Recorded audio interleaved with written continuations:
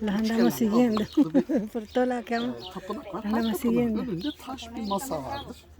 Ve orada o perdevada manyaklaşıp dev bir yapıyı sunak olarak yapmışlar.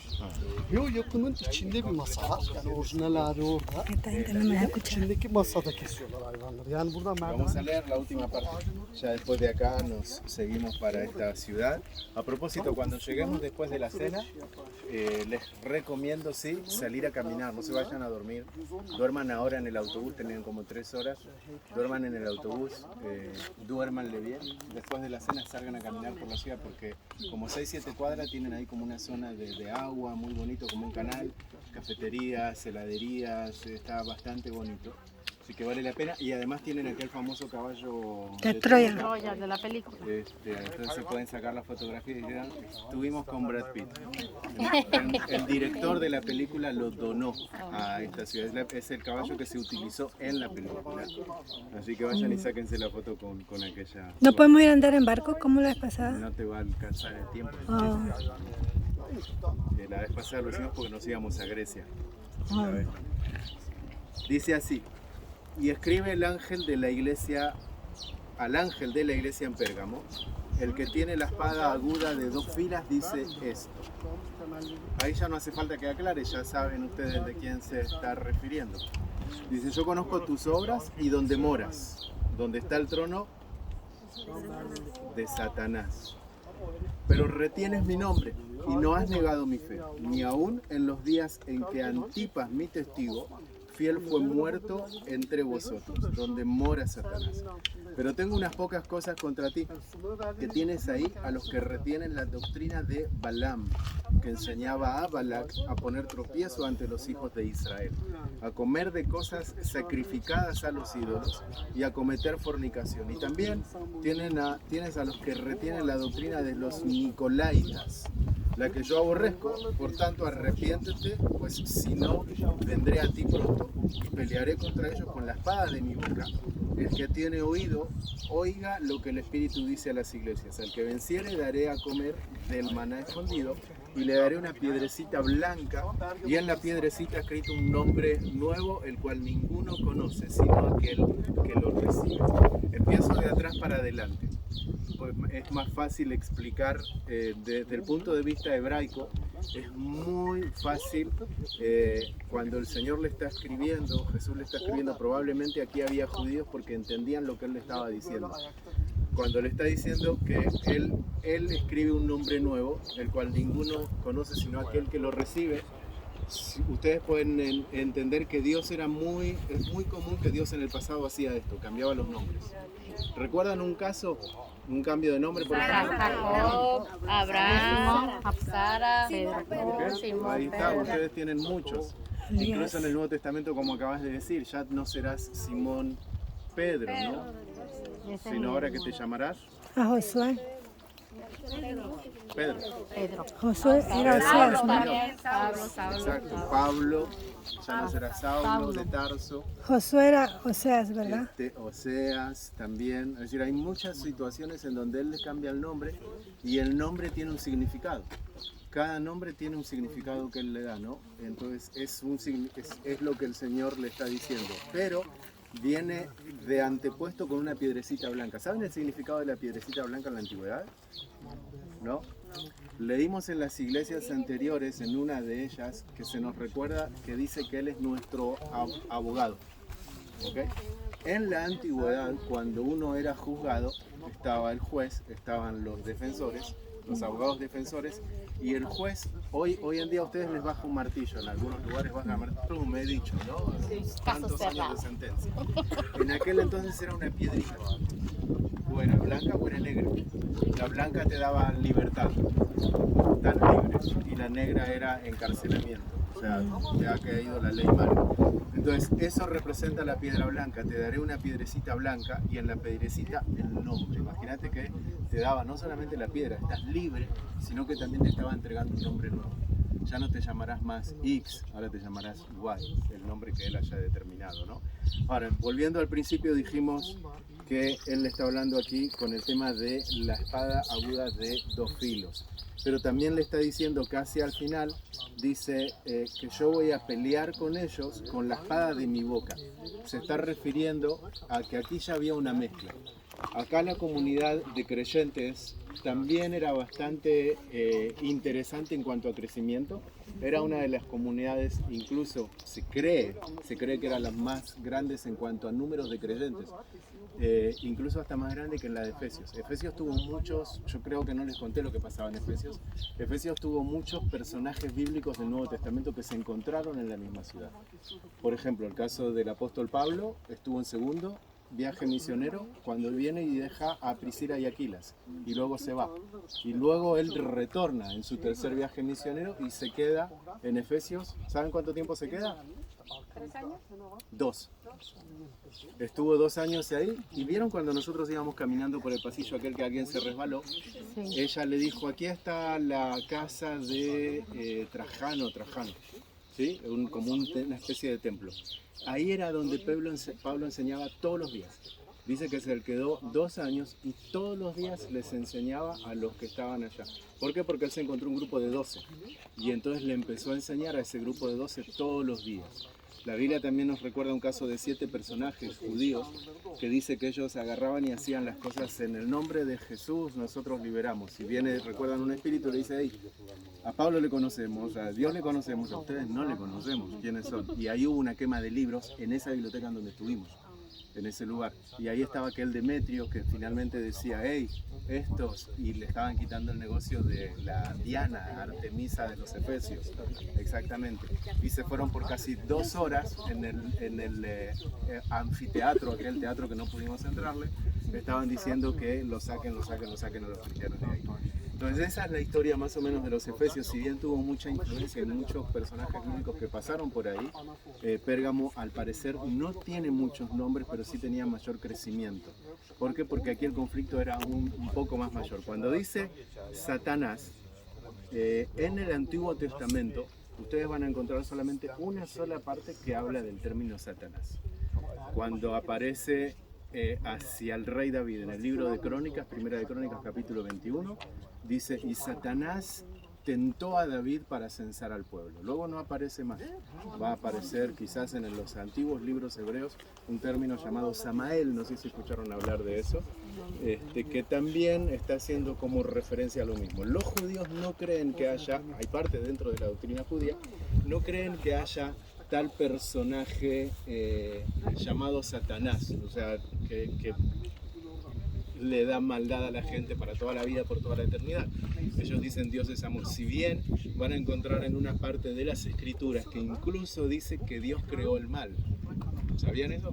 Sí, todo viene Dice que Dios creó el bien y el mal también. y que creó el mal. Y uno dice, ¿cómo puede ser? Si Dios creó, ¿por qué creó el mal entonces? Porque los creó nosotros somos los malos. No, porque les dio libre albedrío. Es decir, yo les pongo aquí delante de ustedes 2 caminos, el camino del bien, el camino del mal, el camino de la vida, el camino de la muerte. Ustedes son los que deciden, ¿no? Entonces él tenía que darle la opción al pueblo. Él no quería justamente sonar como autoritario. Esto es blanco y punto. No, a ver ustedes, ¿de qué color lo ven? Y eso representa más que nada el punto de vista del amor de Dios hacia nosotros que nos da y además nos dio la capacidad de poder tomar determinaciones y uso de razón. Entonces, cuando él está utilizando el término Satanás, no está refiriéndose al Satanás físico, aquel personaje que fue bajado del cielo como ángel y que está dándole vueltas, sino Satanás, ellos se referían justamente a la figura que se opone completamente a Dios, la más grande que tenían en Asia Menor, que era este. Por ejemplo, en Israel, en un momento dado, Jesús agarra a sus discípulos una semana antes de ir a la muerte a la cruz y les dice, vengan conmigo porque quiero hacerles una pregunta. Entonces él se va de la zona del territorio de Israel y se va a un sitio hoy conocido como Banias, en aquel entonces conocido como Cesarea de Filipo. Ustedes habrán visitado mucho Cesarea Marítima, los que estuvieron en Israel, pero a Cesarea de Filipo no pudimos llegar por el motivo de la guerra, generalmente de cierra, porque está en triple frontera, Israel, Siria y Líbano. Entonces el ejército lo cierra. Pero cuando tú llegas ahí, entonces te vas a encontrar con una historia en donde dice que el Señor está con ellos y les hace una pregunta. ¿Ustedes quiénes dicen que soy yo? ¿Recuerdan? Y entonces, entre todos, Pedro. tú eres el Hijo del Dios Altísimo. ¿Y qué le dice él? Bienaventurado eres, porque no te les reveló Y carne de sangre, sino el Padre eterno, y sobre ti edificaré. mi iglesia. Y después sigue diciendo, y dice, ni las puertas del Hades Hades prevalecerá. prevalecerán contra esa afirmación que le acababa de dar. ¿Ok? Saben que en aquel entonces, justamente ahí había un sitio que se les llamaba la puerta del Hades. Ya no está haciendo referencia a que vamos al pasado, sino que él le estaba mostrando físicamente. Entonces, cuando él está hablando de este lugar, siempre era muy fácil entenderle a Jesús, porque Jesús era muy creativo en las explicaciones, pero era fácil de entenderle, porque él te hablaba fácil, él no te hacía Complicado. cosas así psicológicas o te daba vueltas con el asunto. Él te decía, a ver, ¿ven aquello? Y así hablaba, ¿no? ¿Ven los peces? Y así hablaba. Y entonces acá también les hablaba de esa, exactamente de esa manera. Allá le decía el Hades, porque se le llamaba a ese lugar el Hades. Y acá le habla del trono de Satanás, porque a este, el antiguo Zeus, también se le llamaba como la oposición de Dios, como la competencia de Dios. Para los cristianos, en aquel entonces, la oposición que se opone a Dios, ¿quién era? Satanás.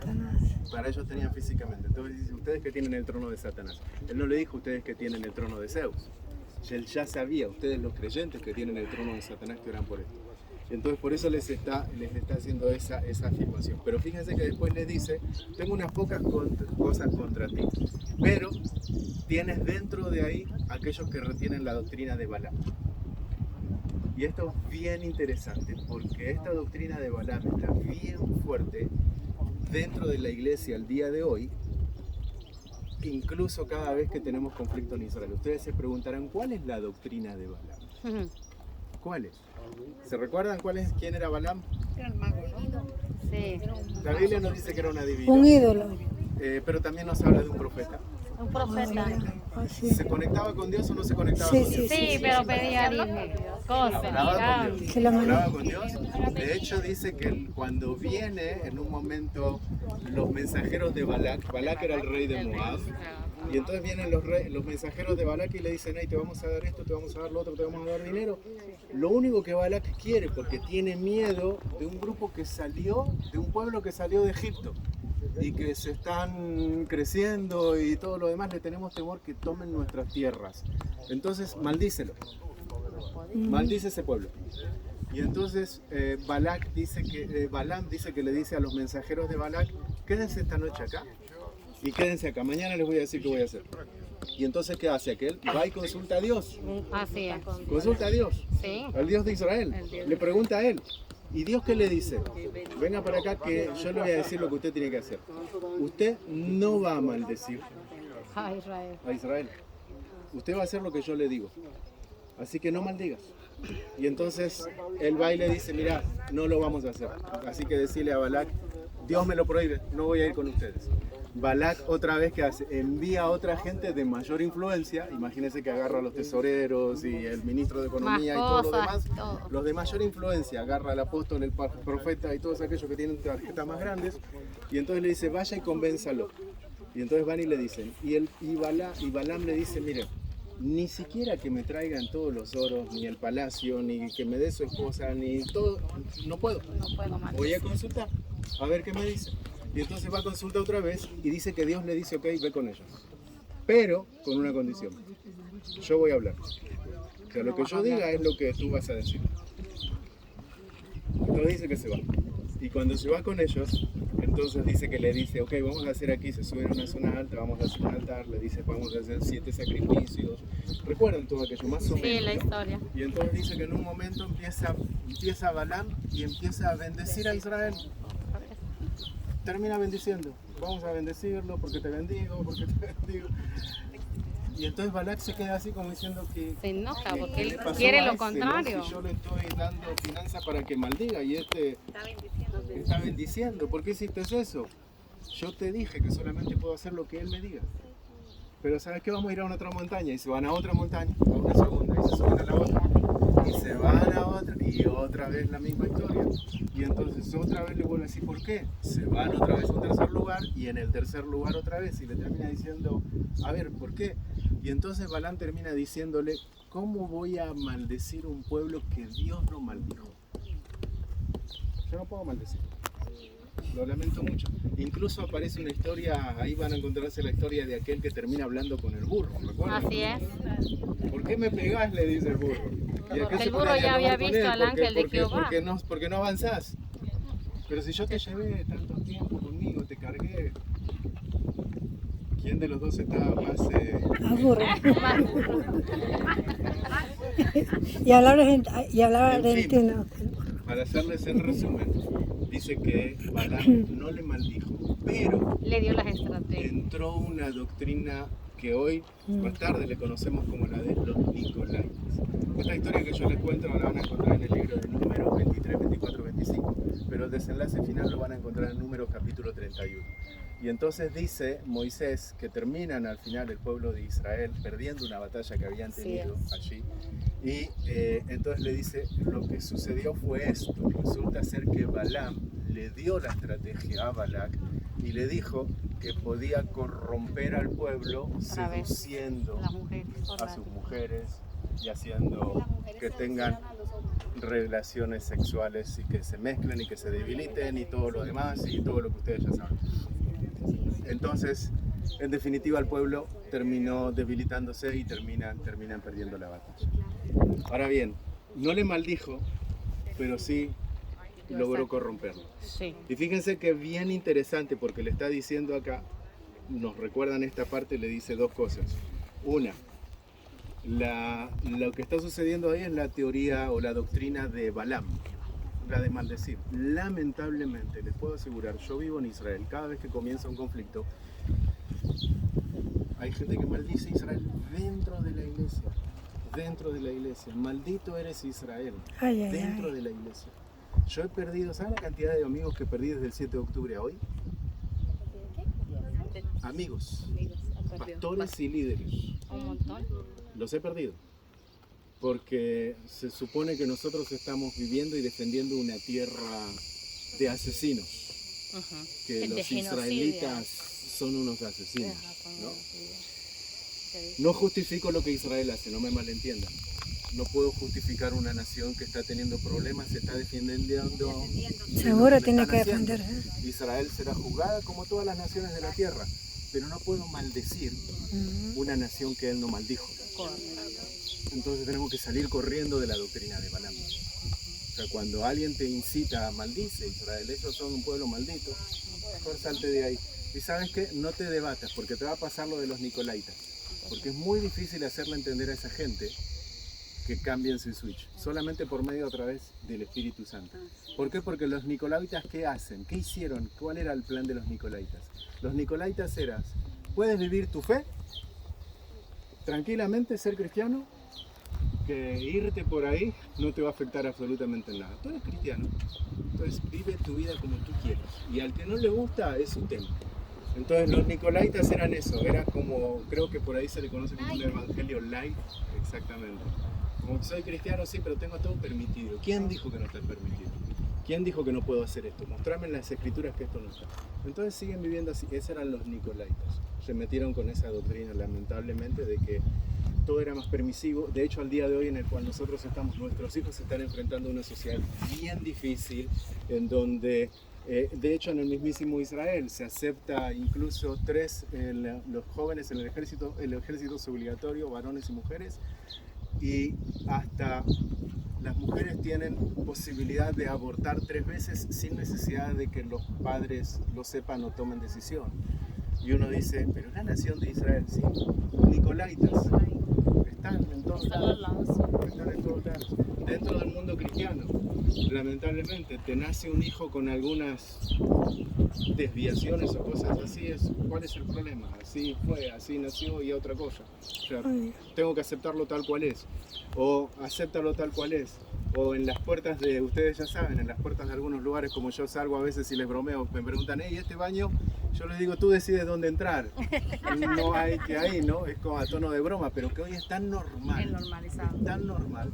Y es un mensaje que se le está dando a nuestros hijos, y nuestros hijos van a ser como, lamentablemente, el mensaje de los nicolaitas. Y es ahí donde el Señor dice, hey, cuidado con esto, porque yo tengo que sacar una piedrita blanca. Y de la única manera que yo les puedo salvar es con la Palabra. espada de doble filo. ¿Y cuál era? La palabra. Solo a través de la palabra. Entonces, por más que suene el mensaje bonito, que el Zeus, que Atenea, que este y aquel y lo otro, y que todos hicieron un montón de cosas, solo por medio de la palabra. Así que creo que Pérgamo, de alguna manera, a nosotros nos hace recordar que el mismo mensaje que se le dio a ellos hace 2000 años atrás es el mismo mensaje que se nos da a nosotros en el día de hoy. Y que cuando nosotros entremos en nuestras familias, recordemos que la teoría de Balaam, de hecho Pérgamo, fue uno de los únicos sitios que no logró ser atacado por fuera. Como por ejemplo presión, recuerdan que veíamos que en otros tenían ataque por fuera. Aquí fue corrompido por dentro. Entonces le trajo un mensaje de distorsión por dentro. El enemigo dijo, no le puedo entrar por fuera. Ellos se cerraron, crearon una muralla alrededor. Entonces me voy a meter adentro. Y lamentablemente hoy a veces nosotros tenemos incluso familias nuestras destruidas. Hijos que no quieren seguir al Señor, nietos que no quieren, problemas en la familia, que un montón de cosas más. De alguna manera, en algún momento hemos descuidado algo. Y la Biblia nos dice las pequeñas zorras. Algo hemos descuidado y hoy estamos pagando las consecuencias. Pero para Dios nunca está. Amén. Él te dice, hey, la espada de doble filo. Es decir, traigan nuevamente la palabra a casa. Hagan su altar del hogar. Zeus va a quedar solamente plantado como un árbol. No sirve para nada. El único y verdadero que les puede cambiar un nombre. Es más, les puedo crear un nombre nuevo. Le está diciendo, no importa todo el pasado que tuvieron, yo les doy un nombre nuevo. Así es. Y lo que quiere decir es que solamente Él lo sabe, no importa lo que los demás digan. Solo yo lo sé, el significado de lo que te estoy dando. Así que creo que bueno, Dios ha sido bueno durante todo este trayecto. Así es. Y creo que nos ha enseñado muchas cosas durante todo el tiempo, hemos compartido, no nos estamos despidiendo, lo vamos a hacer mañana, pero me gustaría así cerrar con una oración, si ustedes me permiten, y que Dios nos siga hablando en el resto del tiempo que nos queda aquí por esta. Y si hay algo que todavía no sabemos cuál es ese nombrecito nuevo, no sabemos si nos va a entregar una piedrita blanca, tratemos de que sí. Vayamos y digámosle cuál es mi nombre nuevo, cuál es el nombre que tú me pones. Yo quiero creer, y siempre le digo, yo creo que ya elegí el nombre que quiero que tú me des. Es entre mí y él, ¿no? Entre yo y él, algo así. Pero no sé si me lo dará, pero para eso estoy yendo para ese lado y estoy esforzándome para que este es lo que quiero. Pero yo creo que él me va a sorprender y me va a dar algo que no es lo que yo esperaba. Para contentamiento mucho mejor. Dios de Abraham, de Isaac y de Jacob, te damos gracias por esta oportunidad, por este tiempo, gracias por este privilegio, Señor, que nos diste a nosotros unos pocos de estar aquí. De hecho, hemos escuchado muy poco español en los sitios en donde estuvimos. Creo que somos uno de los pocos privilegiados de poder estar caminando en estos lugares, en este tiempo, en este mes, en este año. Señor, te damos gracias que nos abriste la agenda, el tiempo, nos diste la posibilidad de entrar en este tiempo. Y gracias, Señor, por todo lo que hemos aprendido, vivido y disfrutado, Señor. Seguramente que son cosas que van a quedar en nuestra memoria cada vez que veamos fotografías. Pero por sobre todas las cosas, Señor, te agradecemos porque tú nos sigues hablando. Por medio de estas rocas, por medio de todo esto, Señor, tú nos sigues hablando. Y tú nos hablas de una manera misericordiosa porque tú nos amas y tú nos quieres, Señor, corregir, nos quieres mejorar, perfeccionar. Tú nos sancionas, tú no eres un Dios de castigo, tú eres un Dios que viene y habla, Señor. Así que te agradecemos por eso. Y te pedimos, Señor, que nos ayudes a ser entendidos, más en los tiempos en los que estamos, Amén. y alejarnos de todo este tipo de doctrinas que hemos aprendido durante estos días en los sitios que hemos visitado. Gracias te damos, Señor, y como hoy elevamos a oración, bendecimos, Señor, a nuestros hijos y a los Amén, mi hijos de prole, nuestros hijos. mi descendencia, mi En nombre prole de bendita que esté en la vida de Jesús. Amén. Amén.